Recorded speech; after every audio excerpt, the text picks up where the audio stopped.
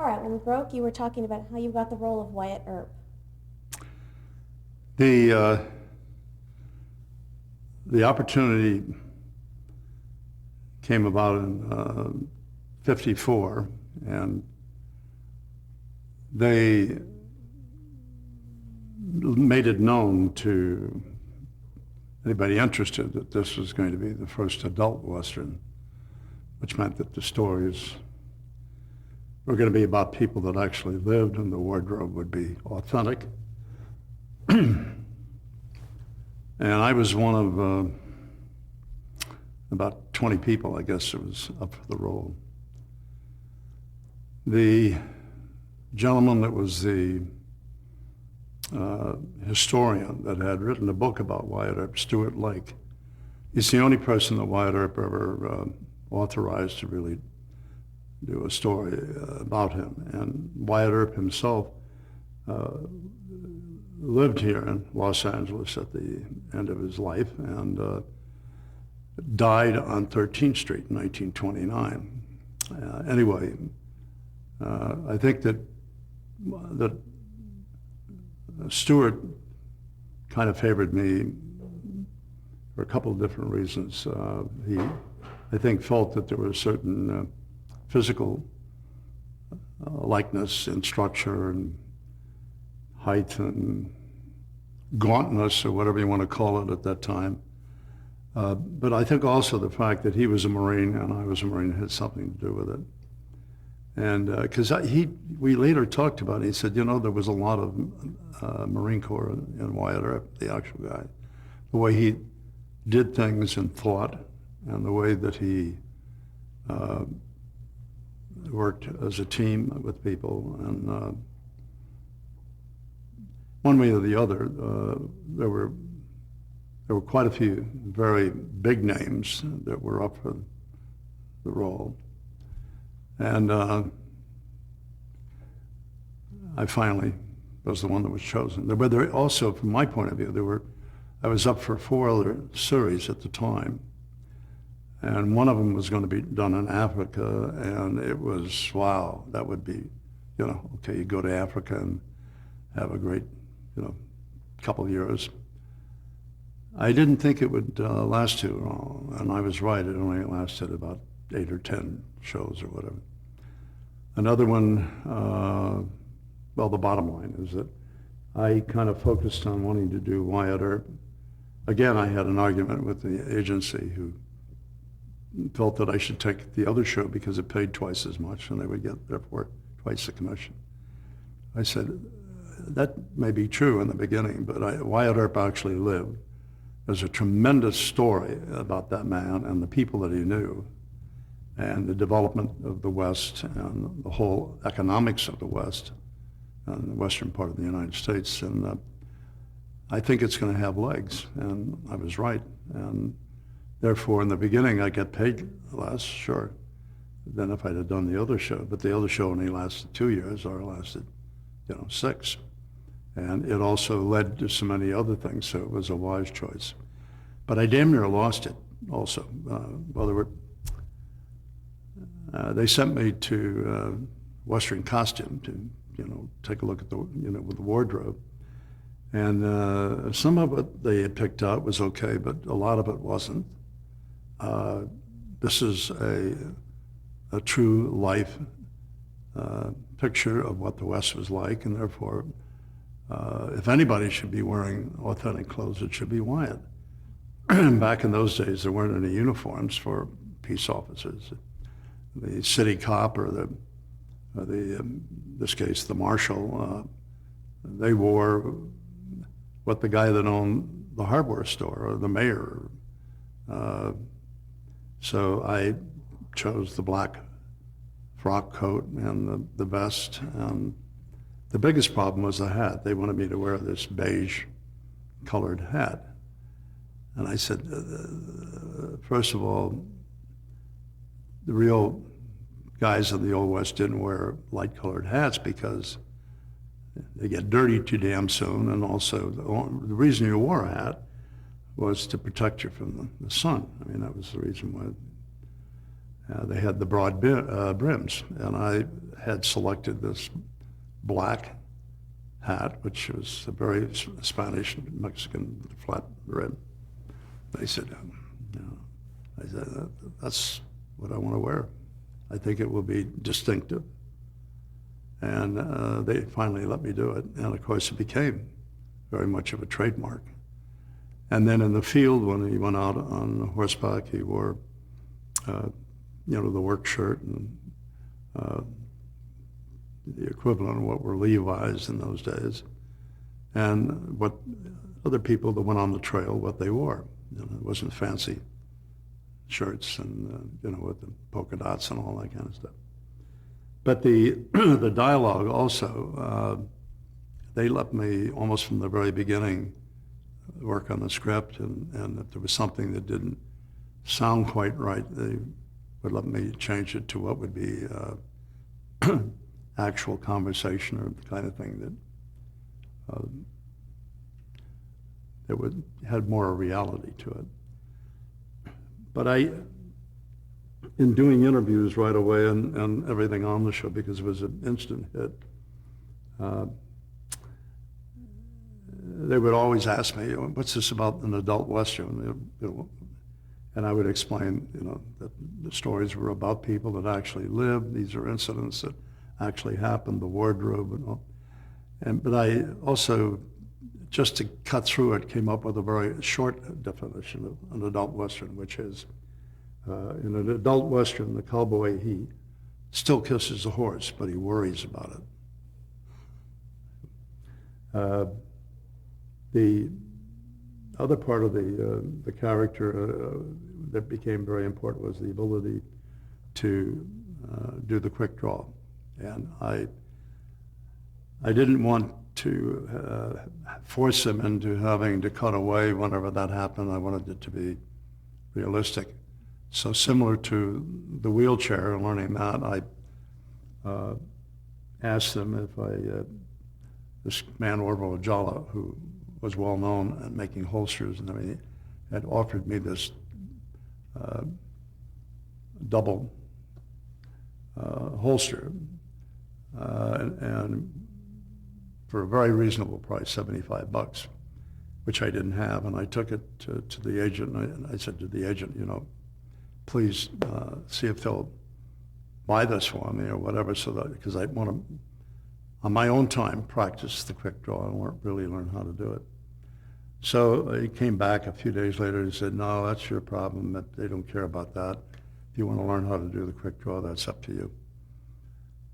Okay, so I learned how to do the quick draw, a couple thousand hours or whatever it was, and became the fastest on the quick draw, so that you could actually, on film, actually see this guy.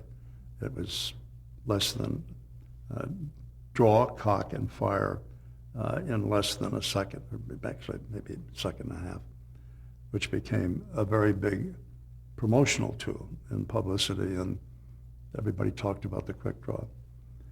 About 5 or 6 or 8 weeks into the show, we were now doing tremendous, and I again had the agent talk to them, would they now consider giving me the $75 for this holster I'm using? And the word came back, no, you bought it, it's up to you. If you don't want to use that holster, we have holsters you can use. I thought about that. Another thing my dad taught me, and that I learned from my dad, is that never, ever make a snap decision. Something, if it's important, sleep on it. Give yourself time to really think it through. So I went home and I slept on it. Next day I went into the set and I went to our prop master and how much stuff do we rent here? I mean, is it all rented? I said, yeah, all the firearms, the saddles, saddlebags, the canteens, the rifles. I said, what does it run in a weekly? He said, it's about a little over $1,000 or $1,200. Sometimes it's $1,500. I said, how would you like to make 10% of that every week? How? And I said, well, there's a new company called National Gun Register. gun rental. And if you rent from them, you'll get 10%. Said, I never heard of them. I said, no, I just started it today. And I took the first money I'd earned from Wyatt Earp, and I went out and with the prop master and a few other people bought all the guns and the saddles and the holsters. And that holster rented for about $10 a week. So that holster eventually brought me almost $2,000 the length of the show. Plus I rented all the other equipment. So if you can't beat them, join them or do something, okay? But if you think it out, there's a way to overcome almost anything. But Well, that's kind of a Marine attitude too. I just want to touch really quickly on the real-life Wyatt Earp. For people who aren't familiar with him, why was he so historically significant? Why was he what? Historically significant. What did he do, the real-life Wyatt Earp? I think you can tell I have a hearing problem from all those damn guns I shot out. By the way, let me just say this, that in terms of the guns themselves, when you do a film or you do a television show or whatever, and you have explosions, you have guns that go off, they're used quarter loads. That means a quarter of what the real sound is. It's like a pop. But I wanted the authenticity of the guy really hearing the explosion, so I insisted on using full loads. So the guy that was standing opposite me, when that full explosion of a 45 went off, he didn't have to act, he did react, okay? So that became another kind of a token of, what the program meant. And now I'm paying for it because I do have a hearing loss. So I wouldn't advise anybody to surround themselves with loud noises. That's why so many of our band people and our rock and roll and so forth have hearing problems.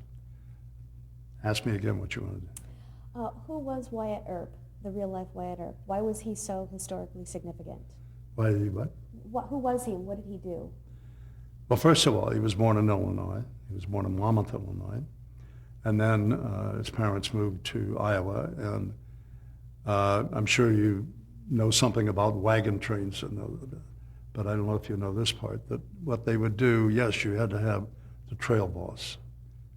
He was the scout. He knew the territory, had been there before. He knew how to handle the Indians.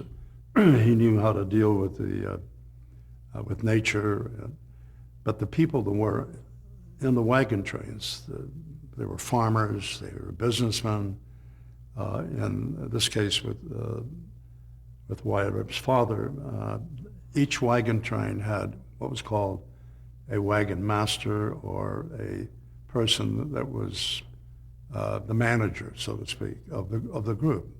5 families, 10 families, 12, 15 families in the wagon train, all of who paid to be part of this wagon train. And it was like a miniature Greyhound or train company, except with wagons. And they gave, because of his management background, they gave Wyatt Earp's father the trail boss. He was the manager. And they gave him free passage. And he just took care of all the problems with the families and anything that came up where somebody disagreed with how much water we got today or how much food or whatever it was, he would manage that. So they came out and they settled in Colton, just right next door to San Bernardino. And about 4 or 5 weeks, Wyatt was about 15 at the time. And he forgot his toothbrush or something and decided to go back and pick up something or do something that he had to do. I never did quite figure that one out, but he decided he wanted to work his way back, so he went to San Pedro down at the harbor and got a job hauling a 6-up. That's a wagon hauled by 6 horses. 4-up is a wagon hauled by 4 horses. And his first load was to Phoenix, Arizona. It was the first printing press that went into Phoenix, Arizona. Then he went on, continued east, and stopped to see an old friend of the family in Ellsworth, Kansas, and that's where the first situation happened, where he was up against some bad guys, and it's a true story. He had this friend that was a sheriff. He was quite old, and the Thompson brothers had too much to drink or whatever, and they treed the town. In other words, they just shut off the guns and everybody ran off the streets and everything. And the sheriff was afraid to come out. And so Wyatt borrowed his gun and strapped it on, went out to there were 3 of them plus the 10 or 15 in the group. And he walked right up to Ben Thompson and right in front of his horse. And he said, "You got to get out of town." And the guy looks at this kid, who's now about 16, and said, "What makes you think that we're going to leave town because you say so?" He said, "If you don't, I'm going to take you to jail." "Oh, really? Really? How are you going to do that with all of these running?" He said, "Well, it's very simple. You can shoot me, and there's no question you guys are more than I am, but I guarantee I'm going to shoot you. And what good's can be if you don't have a life anymore?" And Ben looked at him, he said, "You know, the kid, I believe this kid." And he said, "Let's go on, we'll go into jail." And they went into jail, and they paid each one a $3 fine, whatever it was. But that was the first incident. And basically what it was, "Oh yeah, okay, I'm going to go, and you'll win, except you, the other guys will live, but you're going to lose your life in the process." So it was that kind of thinking or whatever that people believed in, and that it's not screwing around with Wyatt Earp. And that's kind of the history of his life as he, went through the various stages. One of the interesting things about the character was his marriage to Josie. Do you know anything about that? Josie graduated from Stevens College in Missouri, and her roommate, as the story goes, lived in Arizona, near Tucson, and they went out west on her way home, which was up in Oakland. Her father owned a chain of grocery stores, Jewish family. And she and her girlfriend went by Tombstone, and she met Sheriff Bean, and I guess they kind of fell in love for a bit, and then she met Wyatt Earp, and Wyatt Earp and Sheriff Bean had a little discussion, and Wyatt married Josie. And the father in Oakland was absolutely furious because his little Jewish princess never got back for the big, graduation from school type of party that they would put on. And they never did speak after that. And of course, he was after the OK Corral after a short time. Then he had a good friend by the name of Jack London up in Alaska. And come on up here, there's a lot of money up here, silver, all that jazz. And he went up there and opened a saloon. It's still there. And then when he came back, he did a few things in different parts of the state, and then he wound up here on 13th Street. And when he died, Josie called her dad and said, "Well, Dad, you got your wish. Wyatt's dead. What'll I do with him?" He said, "Cremate the son of a bitch and bring him up here. We'll bury him." So she did, and she took him up by train, the ashes. And he's buried in a Jewish cemetery in Burlingame, California, just below San Francisco. And to put it mildly, he had a very, very interesting life. By the way, the book that she wrote is called Josie. It's a great book for any woman to read. There was another tremendous character that came on the set. His name was Al Jennings. He was known as the great train robber. And he was 81 or 82, and they let him out of Leavenworth because of age. He had been in prison for some 30, 40 years. Wyatt had put him there.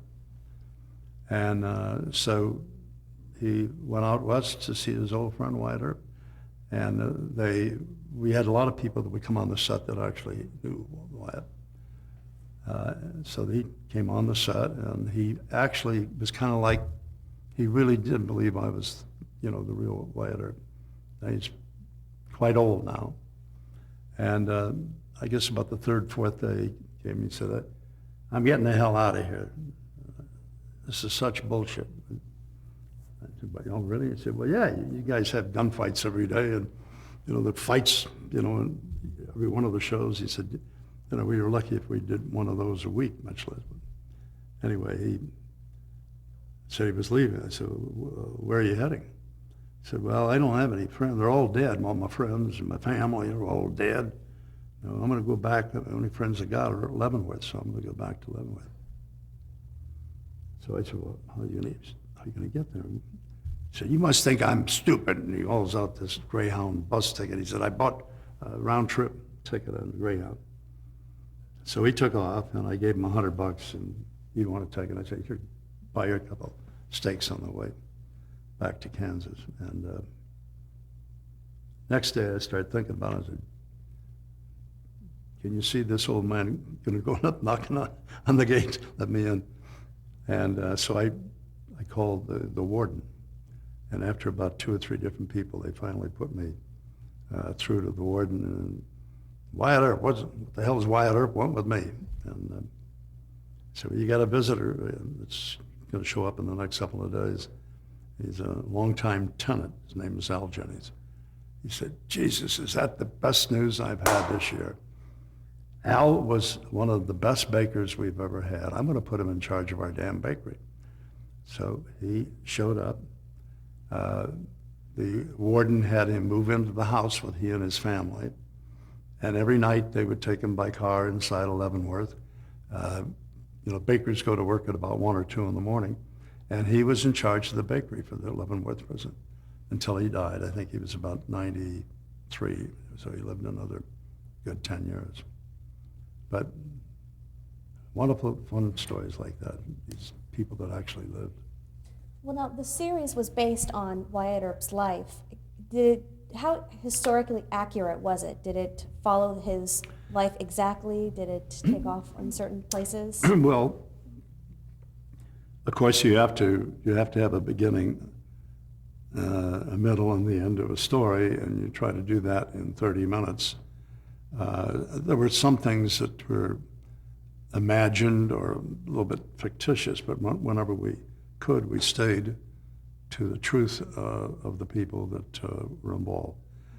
Many of the people, like Ned Buntline, the Buntline Special, actually lived, and his story is true. He wrote what they called in those days penny dreadfuls, and they sold for a nickel or a dime. And he decided he wanted to go out there and do some real stories about the guys who were actually out there. So he got Colt Firearms Company to make up these 16-inch barrel pistols, and he took about 5 or 6 of them out west with him, and he gave one to Sheriff Behan, one to Tillman, and he gave one to Wyatt Earp. Wyatt Earp kept his and ran Ned out of town. But not before in the show we do quite a few episodes with Ned Buntline that were relatively true to what could have happened, but some of it, of course, was fictitious. We had it. But the basics were Ned Buntline and the Buntline Special. Now that developed. There were only 6 of them, as I understood. Today there must be 200 or 300 around the world that say they have one of the original 6 Buntlines. I have one, but those others aren't obviously the real thing. Was it a very physical role for you? Did you do a lot of your own stunts?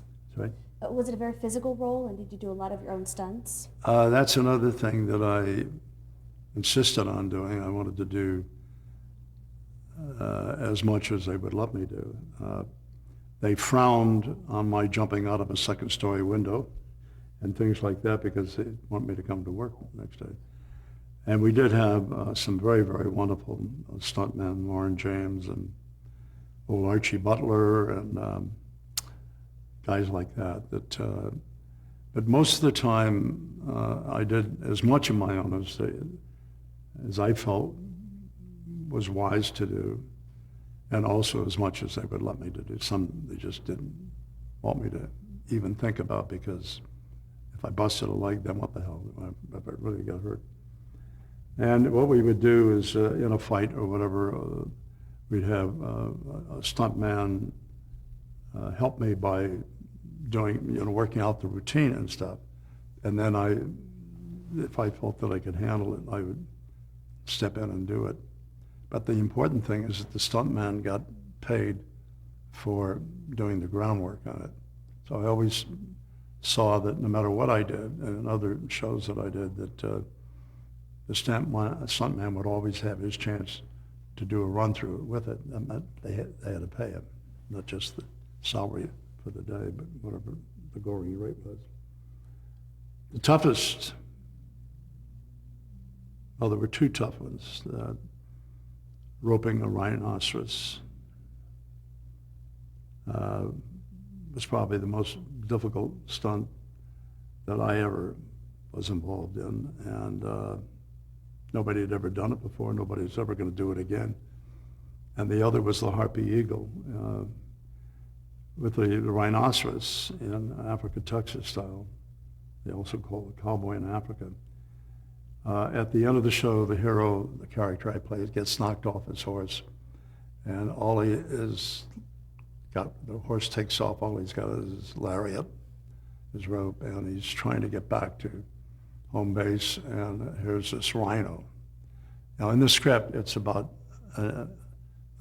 just about an inch in description about the character roping the rhinoceros to a tree. How the hell do you do that? And it was Mickey Gilbert, who was the stuntman on the show, and nobody had ever done this before. So the first thing we did was to, just like you would with a bull, you test it to see which way it's going to hook. As it comes to you, it's going to hook.